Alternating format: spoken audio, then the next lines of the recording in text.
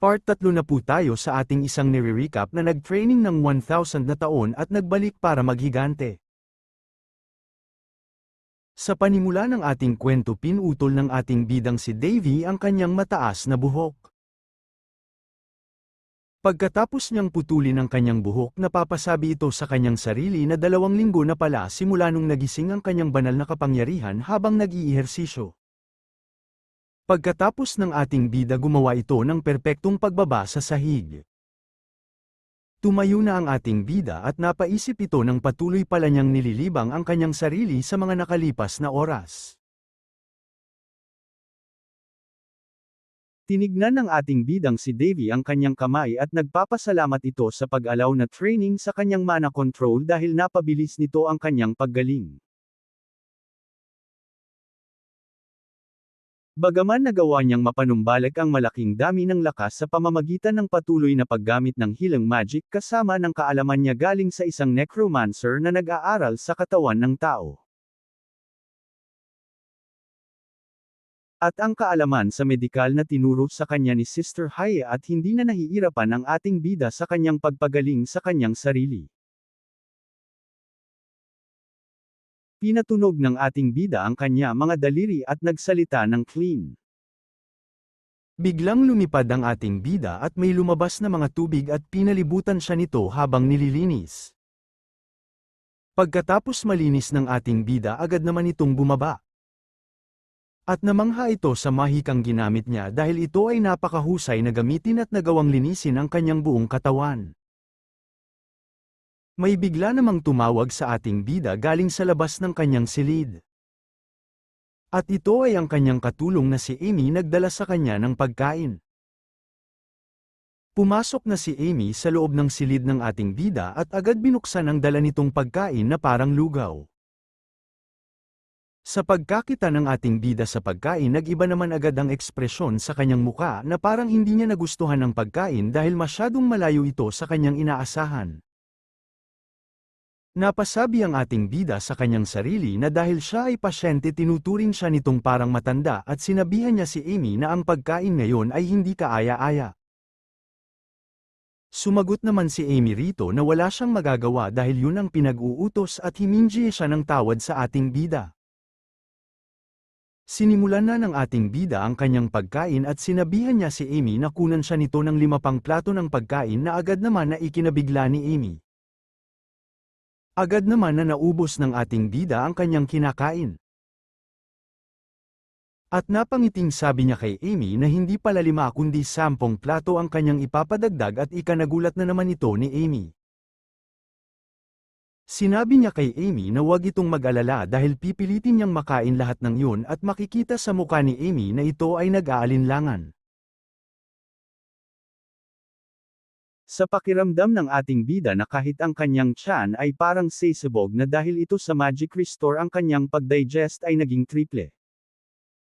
Napapikit ang ating bida pagkatapos niyang kumain at napaisip ito na ang kanyang kaluluwa ay nakabalik na sa kanyang katawan habang hinawakan niya ang kanyang tiyan.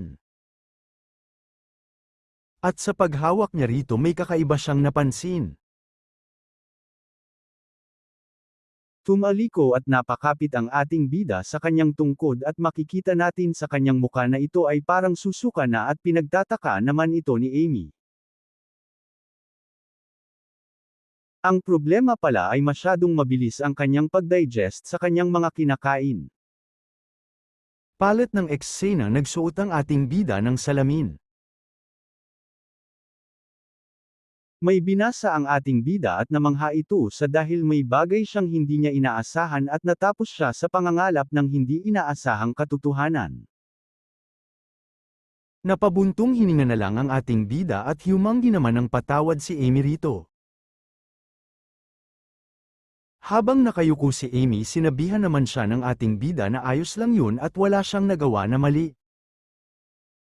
Dagdag pa ng ating bida na ang kanyang pinag-alala ay ang dami ng pagkain na kanyang naubos.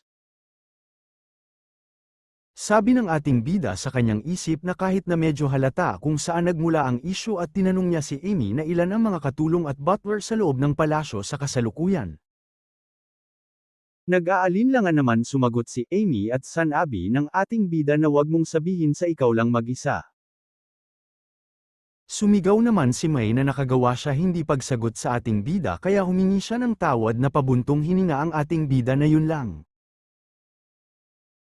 Napapasabi ang ating bida sa kanyang isipan na ang palasyo na ito ay hindi lang para sa hari dahil ginamit na rin ito ng maraming hari sa nakaraan at sinabihan ng ating bida kay Amy na ibig bang saba.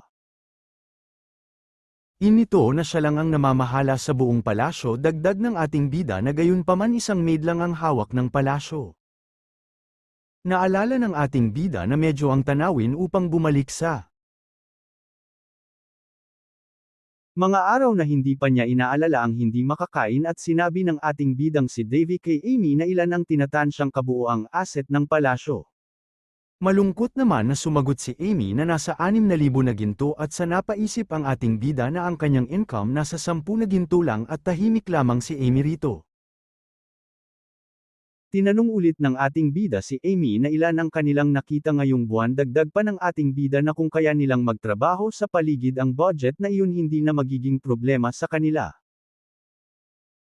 Mahinahong sumagot si Amy sa ating bida na katunayan hindi sila nakakuha ng 500 na ginto ngayong buwan pero sa totoo ang nakuha nila ay mababa lang sa 100.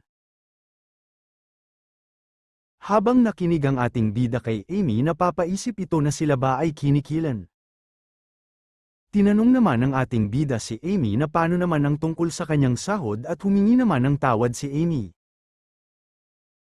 At sinabi ng ating bida na huwag siyang hayaang magtanong ng 2 beses at iniba ng ating bida ang kanyang tanong kay Amy kung nakatanggap ba ito ng maayos at hindi naman nakasagot agad si Amy rito. Sa nahihiyang sagot ni Amy na ang kanyang natanggap ay isang katlo lamang sa mga narinig ng ating bida ito ay nagulat sa mga sinasabi ni Amy. Habang tinignan niya si Amy napapaisip siya rito na siya ay mabuti pero isa siyang tanga. Napapaisip ang ating bida na ang mga katulong at pag-aari ng mga maharlika at si Amy ay anak ng isang artist. Dahil sa kahirapan siya naging katulong pero sa pag-aalaga sa kanya nang hindi umaalis sa palasyo. Sa nakalipas na 6 na taon na siya lang mag-isa at kahit na ang ibig sabihin ay gumastos ng sarili niyang sweldo para gawin ito. Sa iniisip ng ating bida bahagya siyang napangiti rito. Napapaisip ng ating bida na kahit ang kumpanya ay lulubog dapat pa rin nagatimpalaan ang mga manggagawa sabay kuha ng papel at sabi ng ating bida na kunin ang hindi natanggap mula sa aking kita na bigla at napatanong naman si Amy sa ginawa ng ating bida. Dagdag pa ng ating na wag na siyang pagsalitain ng paulit-ulit at humingi naman ng tawad si Amy. Nagtanong naman ng ating bida kay Amy na di ba sabi nito wala na silang makain bukas at kinumpirma yon ng ating kay Amy. Habang nakahawak sa kanyang panulat at sinabihan niya si Amy na hindi na siya dapat na tawaging prinsipe nito dahil ito ay masyadong formal. Napapangiti naman ang ating bida na maganda na ang kanyang pakiramsam at sumagot si Amy na kahit natatawagin niya parent itong prinsipe. Sumagot naman ang ating bida na kung palagi siyang tinatawag nito ng prinsipe pakiramdam niya humiwalay siya rito.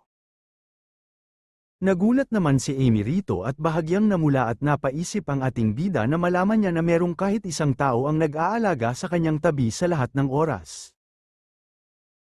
Lumipat ang eksena sa Castle Financial Management. Habang pinagmamasdan nila ito napapasabi ang ating bida na isipin na ang prinsipe mismo ay kailangang gumawa ng sarili niyang pananalapi at kung nakita ito ng aking mga ninuno ay malamang napipitikin siya nito. Tinawag ang ating bida ni Amy ngunit patuloy pa rin ito nagsalita na kung sa ganitong mga sitwasyon ang kanyang ama ay hindi pa rin nagpapakita sa kanya. Habang nakaturo sa kanyang sarili sinabi ni Amy na nakagaw ba siya ng mali sa pagtatanong niya sa ganoong mga bagay. Sa pagtayo nila sa harap ng pintuan napapaisip ang ating bida na kung malalaman ito ng bruhang Reyna siguradong malaking kaguluhan ito. Humingi naman ng tawad ang ating bida kay Amy at napalingon naman agad si Amy at nagtataka nagsalita ang ating bida na hindi niya naisip na umatras sa kanilang gagawin. Iniwan ng ating bida si Amy at sinabi na kung palagi itong magdili-daliang ay hahayaan niya itong umalis at napaisip ang ating bida na ang kanyang ama ay walang ginawa noong pinatay ang kanyang ina. Dagdag pa ng ating bida na hindi na niya kinikilala ang kanyang ama ngayon at sumunod naman si Amy at sinabi nito na gagabayan niya ang ating bida sa dadaanan nito. Piyang mamasdan naman ng ating bida si Amy. At bahagya ito na pangiti at sinabi na inaasahan niya na magtrabaho ito sa kanya at sumang-ayon naman si Amy rito. At dito na muna nagtatapos ang part 3 sa ating kwento mga idolo at pwede bang makahingi ng like at subscribe mga idolo at hanggang sa susunod natin na video salamat.